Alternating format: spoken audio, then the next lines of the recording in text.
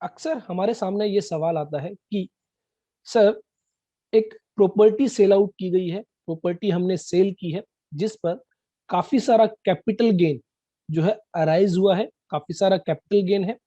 तो ऐसे में उस कैपिटल गेन पर दिए जाने वाले टैक्स को हम कैसे बचा सकते हैं? बहुत सारे लोग होते हैं जो अपनी रेजिडेंशियल प्रॉपर्टी को या फिर कमर्शियल प्रॉपर्टी को सेल आउट करते हैं, तो ऐसे में काफी सारा प्रॉफिट उन्हें होता है और इनकम टैक्स के अंदर जो है कैपिटल गेन कैलकुलेट किया जाता है। और ऐसे में अगर कैपिटल गेन अराइज होता है तो जो है उस पर अच्छी खासी टैक्स लायबिलिटी आ जाती है। तो काफी सारे लोगों का सवाल होता है कि सर, इस कैपिटल गेन टैक्स लायबिलिटी की जो है हम कैसे सेविंग कर सकते हैं, कैसे हम जो है इसको बचा सकते हैं।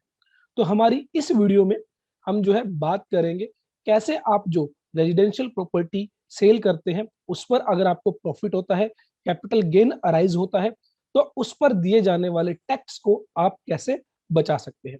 मैं सीए मनोज गुप्ता स्वागत करता हूं आप सबका हमारे YouTube channel all about taxes पर। और अगर आपको हमारी वीडियोस पसंद आती है, ज्यादा से ज्यादा लाइक कीजिए, पसंद नहीं आती है तो डिसलाइक कीजिए, कमेंट कर सकते हैं। और उसके साथ ही अगर आप हमसे जुड़ना चाहते हैं तो हमारी ऐप ऑल अबाउट टैक्सेस को प्ले स्टोर से जरूर डाउनलोड करें और डिस्क्रिप्शन में भी इसका लिंक दिया गया है। तो चलिए स्टार्ट करते हैं आज की हमारी यह वीडियो। तो चलिए हम बात करेंगे सेक्शन 54 की, जो बात करता है profit on sale of property used for residence. तो इसका मतलब ये है कि हमारी इस वीडियो में हम जो बात करेंगे वो बात करेंगे, अगर आप रेजिडेंशियल प्रॉपर्टी जो रेजिडेंस के लिए यूज की जा रही थी उसको अगर आप सेल करते हैं तो ऐसे में आप जो है कैपिटल गेन कैसे सेव कर सकते हैं। तो सबसे पहले आपको ध्यान रखना है कि सेक्शन 54 का जो बेनिफिट मिलता है, सेक्शन 54 के तहत जो आप टैक्स सेविंग करेंगे वो आप तभी कर सकते हैं जब आप एक इंडिविजुअल है या फिर हिंदू अनडिवाइडेड फैमिली है। दैट मीन्स जो सेलर है जिसने प्रॉपर्टी सेल आउट की है, seller must be an individual और एचयूएफ। अगर सेलर इंडिविजुअल है, एचयूएफ है, तो ही वो सेक्शन 54 के तहत अपनी जो है कैपिटल गेन टैक्स लायबिलिटी को कम कर सकता है, सेव कर सकता है। Buyer can be any person, जिस व्यक्ति ने परचेज किया है वो कोई भी हो सकता है, इंडिविजुअल भी हो सकता है, एचयूएफ भी हो सकता है, पार्टनरशिप फर्म भी हो सकती है, कंपनी भी हो सकती है। बट फॉर सेक्शन 54 जो है seller must be an individual और एचयूएफ। अगर किसी कंपनी के द्वारा या फिर किसी पार्टनरशिप फर्म के द्वारा रेजिडेंशियल प्रॉपर्टी सेल आउट की गई है तो ऐसे में वो सेक्शन 54 का बेनिफिट नहीं ले सकती। तो एक इंडिविजुअल और एक एचयूएफ भी जो है सेक्शन 54 का बेनिफिट ले सकते हैं। दूसरी बात, जो प्रॉपर्टी सेल आउट की गई है वो होनी चाहिए बिल्डिंग और land appurtenant thereto, that is residential house. जो प्रॉपर्टी बेची गई है वो क्या होनी चाहिए? एक बिल्डिंग होनी चाहिए। अगर आप सिर्फ एक लैंड बेचते हैं, प्लॉट बेचते हैं, तो वो प्लॉट या फिर वो जो लैंड है सेक्शन 54 के तहत बेनिफिट लेने के लिए एलिजिबल नहीं है। अगर आप कोई बिल्डिंग बेचते हैं और उस बिल्डिंग के साथ कोई लैंड जुड़ी हुई है, बिल्डिंग और लैंड अपर्टेंट देयर टू, उस बिल्डिंग के साथ जो लैंड जुड़ी हुई है अगर वो आप सेल आउट करते हैं और वो जो बिल्डिंग है वो बीइंग ए रेजिडेंशियल हाउस, क्या होनी चाहिए? एक रेजिडेंशियल हाउस होनी चाहिए जिसकी इनकम हाउस प्रॉपर्टी हेड के तहत टैक्सेबल होती है। तो वो अगर आप सेल करते हैं तो ऐसे में सेक्शन 54 का बेनिफिट आपको मिलेगा। तो इसका मतलब अगर आप एक कमर्शियल प्रॉपर्टी सेल आउट करते हैं, कोई ऑफिस आप बेचते हैं, कोई फैक्ट्री आप बेचते हैं, तो सेक्शन 54 के तहत बेनिफिट नहीं मिलेगा, बाकी अन्य किसी सेक्शन के तहत बेनिफिट आप ले सकते हैं। कमर्शियल प्रॉपर्टी के रिगार्डिंग भी हम अपनी एक सेपरेट वीडियो में डिस्कस करेंगे कैसे आप उस पर अपनी टैक्स लायबिलिटी बचा सकते हैं। लेकिन अभी के लिए आपको ध्यान रखना है, exemption under section 54 is available only in case of residential property. तो अगर आपने कोई कमर्शियल प्रॉपर्टी सेल आउट की है, कोई इंडस्ट्रियल प्रॉपर्टी सेल आउट की है, उसके तहत आप सेक्शन 54 के तहत बेनिफिट नहीं ले सकते, किसी दूसरे सेक्शन के तहत आपको बेनिफिट लेना होगा। उसके बाद हम बात करें कि प्रॉपर्टी जो आपने सेल आउट की है, जो भी आप प्रॉपर्टी सेल आउट करेंगे जो कि एक रेजिडेंशियल हाउस है, तो जिस डेट में आप सेल करेंगे, date of transfer, date of transfer. Section 54 के तहत बेनिफिट लेने के लिए आपको क्या करना होगा, आपको एक काम करना होगा। वो काम क्या करना होगा कि या तो जिस डेट में आपने ट्रांसफर किया है, जिस डेट में आपने सेल की है, उससे एक साल पहले, उससे एक साल पहले आपने कोई रेजिडेंशियल हाउस परचेज किया हो, या फिर उसके 2 साल के अंदर आप जो है कोई रेजिडेंशियल हाउस परचेज करने वाले हैं। जिस डेट में आपने ट्रांसफर किया, फ्रॉम दैट डेट आप जो है कोई रेजिडेंशियल हाउस परचेज करने वाले हैं, तो ये बेनिफिट आपको तभी मिलेगा। दैट मीन्स गवर्नमेंट चाहती है कि आप रेजिडेंशियल प्रॉपर्टी को सेल आउट करने के बाद रेजिडेंशियल प्रॉपर्टी में ही इन्वेस्ट करें। तो इसका मतलब अगर आपने कोई रेजिडेंशियल प्रॉपर्टी सेल की है तो आपको फिर से क्या करना होगा, रेजिडेंशियल प्रॉपर्टी में इन्वेस्ट करना होगा to save the capital gain tax liability. और इसके लिए जो समय अवधि बताई गई, जो पीरियड बताया गया कि या तो आपने पिछले एक साल के अंदर कोई रेजिडेंशियल हाउस परचेज किया हो, या फिर अगले 2 साल के अंदर आप जो है रेजिडेंशियल हाउस परचेज करने वाले हो। उसके अलावा एक और तीसरी कंडीशन दी गई, अगर आपने पिछले एक साल के अंदर रेजिडेंशियल हाउस परचेज नहीं किया है और आप अगले 2 सालों में रेजिडेंशियल हाउस परचेज नहीं करने वाले हैं, क्योंकि आपकी इंटेंशन है कंस्ट्रक्शन ऑफ रेजिडेंशियल हाउस, तो ऐसे में 3 साल का समय आपको दिया गया। अगर डेट ऑफ ट्रांसफर से 3 साल के अंदर आप जो है कोई रेजिडेंशियल प्रॉपर्टी कंस्ट्रक्ट कर लेते हैं, तो ऐसे में आप जो है सेक्शन 54 का बेनिफिट ले सकते हैं। हालांकि ये बेनिफिट आपको सिर्फ वन रेजिडेंशियल हाउस के रिगार्डिंग ही मिलेगा। दैट मीन्स आपने रेजिडेंशियल प्रॉपर्टी को सेल किया और मान लीजिए उस पर आपको 50 लाख रुपए का कैपिटल गेन हुआ, और अब आप चाहते हैं कि वो अमाउंट जो है आप 2 रेजिडेंशियल हाउस खरीदने में इन्वेस्ट करें, तो ऐसे में आपको बेनिफिट मिलेगा सिर्फ एक ही रेजिडेंशियल हाउस के रिगार्डिंग। हालांकि इसमें भी एक रिलैक्सेशन दी गई है, वो रिलैक्सेशन अभी हम डिस्कस करने वाले हैं। तो पहले बात करते हैं कि आपको करना क्या है सेक्शन 54 का बेनिफिट लेने के लिए। आपको जो है पिछले एक साल के अंदर या तो आपने कोई रेजिडेंशियल हाउस परचेज किया हो, या अगले 2 साल के अंदर आप रेजिडेंशियल हाउस परचेज करने वाले हो, या अगले 3 साल के अंदर आप जो है रेजिडेंशियल हाउस कंस्ट्रक्ट करने वाले हैं, तो आपको बेनिफिट मिलेगा। अब बात आई कितना बेनिफिट मिलेगा। तो इसके लिए सबसे पहले क्या करना होगा, आपको अपना कैपिटल गेन कैलकुलेट करना होगा। सबसे पहली बात, सेक्शन 54 के तहत आपको तभी बेनिफिट मिलेगा जब आपका जो कैपिटल गेन है, वो कौन सा कैपिटल गेन होना चाहिए, वो होना चाहिए लॉन्ग टर्म कैपिटल गेन। अगर शॉर्ट टर्म कैपिटल गेन है तो आपको बेनिफिट नहीं मिलेगा। अब बात I long term capital gain क्या होता है। तो जनरली जो भी प्रॉपर्टीज होती है, इमूवेबल प्रॉपर्टी होती है, अगर आपका जो होल्डिंग पीरियड है, अगर आपने वो 2 इयर्स और मोर अगर होल्ड की है, तो वो लॉन्ग टर्म कैपिटल एसेट कहलाती है। और अगर आपने अप टू 2 इयर्स होल्ड की है, तो वो शॉर्ट टर्म कैपिटल एसेट कहलाती है। अगर आपने लॉन्ग टर्म कैपिटल एसेट को सेल किया है तो लॉन्ग टर्म कैपिटल गेन होगा, और अगर आपने शॉर्ट टर्म कैपिटल गेन को ट्रांसफर किया है तो शॉर्ट टर्म कैपिटल गेन होगा। तो दैट मीन सबसे पहले आप देखें, आपने जो रेजिडेंशियल प्रॉपर्टी सेल आउट की है, वो कितने समय के लिए आपके पास होल्ड थी, कब आपने उसको परचेज किया और कब आपने सेल किया। अगर ये जो डिफरेंस है ये 2 साल से ज्यादा है, तो ऐसे में ये एक लॉन्ग टर्म कैपिटल गेन है, और इस पर जो प्रॉफिट होगा वो, सॉरी, ये एक लॉन्ग टर्म कैपिटल एसेट है और इस पर जो प्रॉफिट होगा वो लॉन्ग टर्म कैपिटल गेन होगा।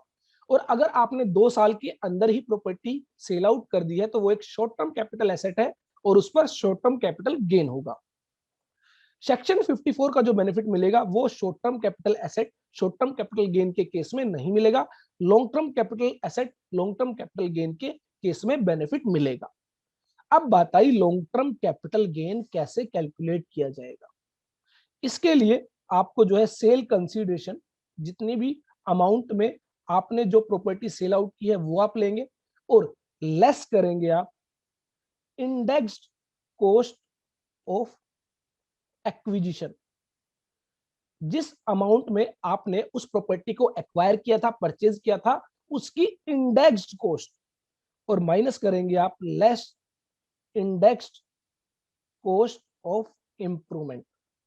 अगर कोई इंप्रूवमेंट आपने ड्यूरिंग दैट पीरियड की है तो उसकी भी इंडेक्स्ड कॉस्ट जो है वो आप माइनस करेंगे। उसके अलावा अगर आपने कोई भी एक्सपेंसेस इनकर किए हैं फॉर ट्रांसफर, ट्रांसफर एक्सपेंसेस, अगर आपने जो है उसको सेल करने के रिगार्डिंग कोई भी एक्सपेंस इनकर किया है तो वो आप लेस करेंगे, और जो आएगा वो आपका लॉन्ग टर्म कैपिटल गेन होगा या फिर लॉन्ग टर्म कैपिटल लॉस होगा। अगर लॉन्ग टर्म कैपिटल लॉस है तो ऐसे में टैक्सेबिलिटी की कोई बात ही नहीं होगी, आपको कोई टैक्स पे नहीं करना होगा। लेकिन अगर लॉन्ग टर्म कैपिटल गेन हुआ तो आपको फ्लैट 20% का जो है टैक्स पे करना पड़ेगा on long term capital gain. तो ऐसे में इस 20% को सेव करने के लिए आपको क्या करना होगा, सेक्शन 54 के तहत आपको एक रेजिडेंशियल हाउस के अंदर जो है वो अमाउंट इन्वेस्ट करनी होगी। या तो डेट ऑफ ट्रांसफर से 1 साल पहले आपने कोई रेजिडेंशियल हाउस परचेज किया हो, या अगले 2 सालों के अंदर कोई रेजिडेंशियल हाउस आप परचेज करने वाले हो, या फिर अगले 3 सालों के अंदर कोई रेजिडेंशियल हाउस आप कंस्ट्रक्ट करने वाले हो, तो जो है आपको बेनिफिट मिलेगा। अब बात आई कितना बेनिफिट मिलेगा। तो इसके रिगार्डिंग कहा गया कि आपको बेसिकली करना क्या है, आपको जो आपका लॉन्ग टर्म कैपिटल गेन है, जो आपका लॉन्ग टर्म कैपिटल गेन है, वो अमाउंट इन्वेस्ट करनी है। दैट मींस मेरी ये प्रॉपर्टी थी 60 लाख रुपीस की, मैंने मान लीजिए इसकी इंडेक्स्ड कॉस्ट है 10 लाख रुपीस, इंप्रूवमेंट कॉस्ट है 2 लाख रुपीस, और ट्रांसफर एक्सपेंसेस है 1 लाख रुपीस। तो यहां पर मेरी जो लॉन्ग टर्म कैपिटल गेन आ जाता है वो आ जाता है 47 लाख रुपीस। तो मुझे जो इन्वेस्ट करना है वो इन्वेस्ट करना है 47 लाख रुपीस, ना कि सेल प्रोसीड। अगर आपने इन्वेस्टमेंट कर दी 47 लाख रुपीस से ज्यादा, तो आपका पूरा का पूरा लॉन्ग टर्म कैपिटल गेन क्या हो जाएगा, एग्जम्प्ट हो जाएगा। तो आपको क्या करना पड़ेगा, इस पूरे के पूरे लॉन्ग टर्म कैपिटल गेन पे कोई भी टैक्स नहीं देना होगा। लेकिन अगर आपने 47 लाख रुपीस से कम अमाउंट इन्वेस्ट की, मान लीजिए आपने इन्वेस्ट किया 27 लाख रुपीस, तो ऐसे में इनका जो डिफरेंस होगा 20 लाख रुपए, उस पर आपको जो है 20% के अकॉर्डिंग टैक्स पे करना होगा। तो ये इस तरह जो है आप सेक्शन 54 के तहत जो है कितना आपको बेनिफिट मिलेगा वो आप कैलकुलेट करते हैं। उसके अलावा अगर आपने जो प्रॉपर्टी 1 साल पहले खरीदी है, या अगले 2 साल में खरीदने वाले हैं, या अगले 3 साल में कंस्ट्रक्ट करने वाले हैं, उसके लिए एक लॉक इन पीरियड दिया गया कि फर्दर आप उसको 3 इयर्स सेल नहीं कर सकते। अगर आपने सेल कर दिया तो जितना बेनिफिट आपने यहां पर लिया है, मान लीजिए 27 लाख का आपने बेनिफिट लिया, उस पर आपको विद इंटरेस्ट टैक्स पे करना होगा। तो ये आप ध्यान रखें कि आपको जो है उस प्रॉपर्टी को फर्दर 3 इयर्स के लिए होल्ड करना होगा। तो इस तरह बेसिकली आप जो है सेक्शन 54 के तहत जो है रेजिडेंशियल प्रॉपर्टी के रिगार्डिंग बेनिफिट ले सकते हैं, अगर आपने रेजिडेंशियल प्रॉपर्टी को सेल आउट किया है और रेजिडेंशियल प्रॉपर्टी में ही आप इन्वेस्ट करते हैं।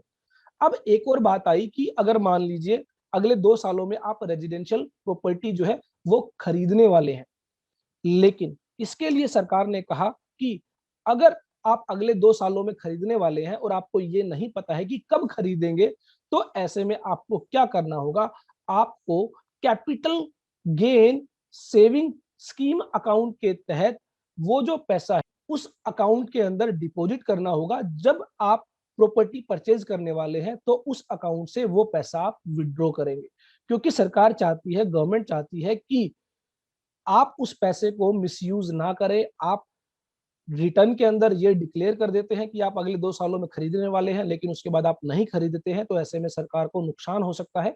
इसके लिए जो है कहा गया कि कैपिटल गेन सेविंग अकाउंट जो है एक आप ओपन करेंगे और उस अकाउंट के अंदर वो पैसा डिपॉजिट करेंगे, और जब भी आप कंस्ट्रक्शन करेंगे या परचेज करेंगे उस अकाउंट से जो है वो पैसा विड्रॉ करेंगे।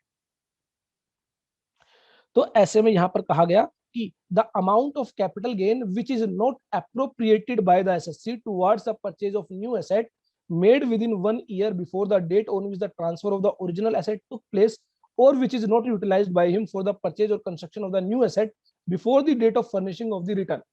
जिस ईयर के अंदर आपने ट्रांसफर किया, सेल किया, उस ईयर की जब आप इनकम टैक्स रिटर्न फाइल करेंगे तो उस रिटर्न की जो ड्यू डेट होगी उस तक अगर आपने परचेज नहीं किया है या अमाउंट को यूटिलाइज नहीं किया है, then shall be deposited by him before furnishing such return in an account in any such bank or institution as may be specified in and utilized in accordance with any scheme which the central government may by notification in the official gazette frame in this behalf. तो ऐसे में आपको क्या करना होगा, वो पैसा जो है capital gain saving scheme account के तहत डिपॉजिट करना होगा. जब आप परचेज करेंगे प्रॉपर्टी या कंस्ट्रक्ट करेंगे तो उस समय आप जो है उस अमाउंट को विड्रॉ कर सकते हैं. अब यहाँ पर एक और बहुत बड़ा बेनिफिट जो है दिया गया इन लास्ट ईयर. कहा गया था कि एक रेजिडेंशियल हाउस प्रॉपर्टी में ही आप इन्वेस्ट कर सकते हैं, लेकिन फर्स्ट टाइम एक क्लोज इंसर्ट किया गया कि आप अपने लाइफ टाइम के अंदर एक बार ये जो बेनिफिट है वो 2 रेजिडेंशियल प्रॉपर्टी के लिए ले सकते हैं, लेकिन ऐसा आप लाइफ टाइम में एक बार ही यह ऑप्शन एक्सरसाइज कर सकते हैं. और अगर capital gain, long term capital gain 2 crore रुपए तक है तो ही आप ये 2 रेजिडेंशियल प्रॉपर्टी इन्वेस्टमेंट का बेनिफिट ले सकते हैं. 2 करोड़ रुपए से ज्यादा लॉन्ग टर्म कैपिटल गेन है तो ऐसे में आपको 1 रेजिडेंशियल हाउस प्रॉपर्टी का ही बेनिफिट दिया जाएगा. हाँ, अगर 2 करोड़ से तक रुपए तक है तो आप 2 रेजिडेंशियल प्रॉपर्टी में इन्वेस्ट कर सकते हैं, लेकिन ये ऑप्शन अपनी लाइफ टाइम में आप एक ही बार ले सकते हैं. उसके बाद अगर आपको फिर कभी दोबारा लॉन्ग टर्म कैपिटल गेन होगा और सेक्शन 54 का बेनिफिट लेना चाहेंगे तो आपको 1 रेजिडेंशियल प्रॉपर्टी के लिए मिलेगा, 2 रेजिडेंशियल प्रॉपर्टी के लिए नहीं मिलेगा. तो provided that where the amount of the capital gain does not exceed 2 crore rupees, the assessee may at his option purchase or construct 2 residential house in India, and where such option has been exercised, the provision of this subsection shall effect as 1 residential house in India shall be as 2 residential house in India. तो जो आपको 1 residential house का benefit देते थे वो आपको 2 residential house का benefit देते. Any reference in this subsection and subsection 2 to new asset shall be construed as reference to the rule 2 residential house in India, provided further that where during any assessment year the SSC has exercised the option referred in first proviso, he shall not be subsequently entitled to exercise the option for the same or any other assessment year. अगर ये वाला option आपने exercise कर लिया तो दोबारा इस option को एक्सरसाइज नहीं कर पाओगे. तो जिन लोगों का सवाल होता है कि सर मेरा लॉन्ग टर्म कैपिटल गेन जो है वो 1 करोड़ रुपए है, 1 करोड़ 50 लाख रुपए है, 2 करोड़ रुपए तक है, तो वो 2 रेजिडेंशियल हाउस परचेज कर सकते हैं, 2 रेजिडेंशियल हाउस प्रॉपर्टी कंस्ट्रक्ट कर सकते हैं. तो ऐसे में उनको जो है दोनों ही प्रॉपर्टीज का बेनिफिट दिया जाएगा, लेकिन लाइफ टाइम में सिर्फ एक बार. तो इस तरह आप जो है सेक्शन 54 के तहत 2 करोड़ रुपए तक के लॉन्ग टर्म कैपिटल गेन को जो है एग्जम्प्ट कर सकते हैं, 2 प्रॉपर्टीज में इन्वेस्ट करके, और जो है एक प्रॉपर्टी में इन्वेस्ट करके आप जो है अपना कैपिटल गेन सेव कर सकते हैं. तो इसके रिगार्डिंग आपका कोई भी क्वेश्चन है, कोई भी डाउट है तो आप हमसे पूछ सकते हैं. एक बात का आपको ध्यान रखना है, जो रेजिडेंशियल हाउस प्रॉपर्टी आप खरीदेंगे या परचेज करेंगे, कंस्ट्रक्ट करेंगे, वो इंडिया के अंदर ही होनी चाहिए. इंडिया के बाहर अगर आप कोई रेजिडेंशियल प्रॉपर्टी खरीदते हैं या कंस्ट्रक्ट करते हैं उसका बेनिफिट जो है आपको सेक्शन 54 के तहत नहीं दिया जाएगा. तो जो लोग भी अपना टैक्स सेव करना चाहते हैं, आई होप उनके लिए यह वीडियो बहुत ही ज्यादा यूजफुल होगी. ज्यादा से ज्यादा शेयर कीजिए, ज्यादा से ज्यादा लाइक कीजिए, और अगर आपका कोई भी सवाल है तो आप हमारी ऐप को डाउनलोड करें और चैट का आपको ऑप्शन दिया गया है, चैट के अंदर अपनी जो क्वेरी है, अपनी जो प्रॉब्लम है वो शेयर कर सकते हैं. उसके अलावा जो है यूट्यूब चैनल पर भी आपको जो है कमेंट का ऑप्शन दिया गया है, आप कमेंट कर सकते हैं. तो देखते रहिए, लाइक करते रहिए, शेयर करते रहिए हमारे YouTube channel all about taxes को. फिर मिलेंगे एक और बहुत ही अच्छी वीडियो के साथ.